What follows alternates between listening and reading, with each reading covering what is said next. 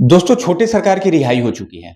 छोटे सरकार के बारे में अगर बात किया जाए तो अनंत सिंह जो कि मोकामा के विधायक हैं और ये अभी विधायक नहीं है, ये अनंत काल से विधायक है। पहले इनके बड़े भाई विधायक थे और उसके बाद ये विधायक बने हैं। ये कभी वहाँ पे चुनाव हारे ही नहीं है। वो पार्टी कोई सी भी हो, निर्दलीय हो, बीजेपी हो, जेडीयू हो, आरजेडी हो, कभी भी ये चुनाव वहाँ से हारे नहीं है मोकामा से, मोकामा विधानसभा से। इसके इनके बारे में थोड़ी-सी अगर हम जानकारी लेते हैं तो इनके बारे में आर्म्स एक्ट के तहत इनको जेल में डाला गया था, उसके बाद इनको बरी कर दी जाती है। फिर उसके बाद से इनको 2025 में विधानसभा में दुलारचंद हत्याकांड में इनको नामज़द किया जाता है और नामज़द के बाद इनको जेल में बंद की जाती है और फिर वो बरी होके जब जेल से बाहर निकलते हैं ना, तो इनकी कारों की काफ़िला और इस काफ़िला के बीच ढोल नगाड़े और लड्डुआ बँटते हैं। क्या लड्डू बाँटने का रीज़न कहीं न कहीं दुलारचंद यादव के सपोर्टर को चिढ़ाने का काम करता है?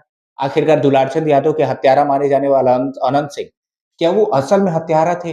दोस्तों हम थोड़ा-सा बैक जाते हैं। 2025 के चुनाव में विधानसभा चुनाव में जब पीयूष प्रदर्शी की एक रैली निकलती है, उस रैली को जब अगल-बगल से अनंत सिंह की भी रैली निकलती है और इसमें थोड़ी-सी नोक-झोंक होती है और इस नोक-झोंक में उन पे आरोप लगाए जाते हैं कि दुलारचंद यादव को पीट-पीट कर हत्या अनंत सिंह के थ्रू कर दी जाती है। लेकिन अनंत सिंह तो वहाँ से पहले से ही निकल गए थे।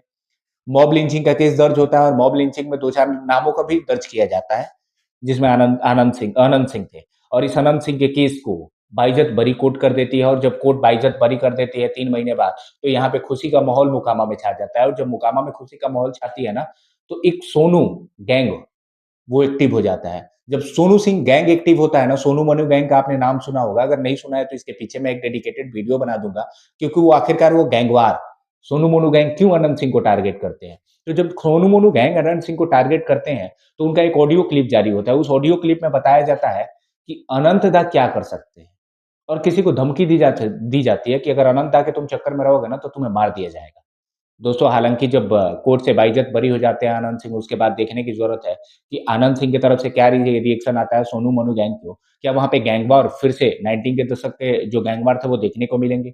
या वहाँ पे शांति का माहौल रहेगा? पुलिस बहुत एक्टिव है, प्रशासन भी एक्टिव है, एसटीएफ भी वहाँ पे हाज़िर हो चुकी है और वहाँ पे एक्स्ट्रा पुलिसकर्मियों को भी तैनाती कर दिया गया है उनके गाँव में, जो कि मोकामा में बहुत बड़े और छोटे बाहुबली और बाहुबली बड़े सरकार के नाम से जाने जाने वाले मोकामा के आनंद सिंह आखिरकार देखना है कि क्या गैंगवार में फिर से वो जेल जाते हैं या कैसा रहता है उनका माहौल। हालाँकि उन्होंने नीतीश के राज्यसभा जाने के बाद उन्होंने ऐलान कर दिया था कि अब वो चुनाव से इस्तीफ़ा ले रहे हैं और उनके लड़के चुनाव लड़ेंगे।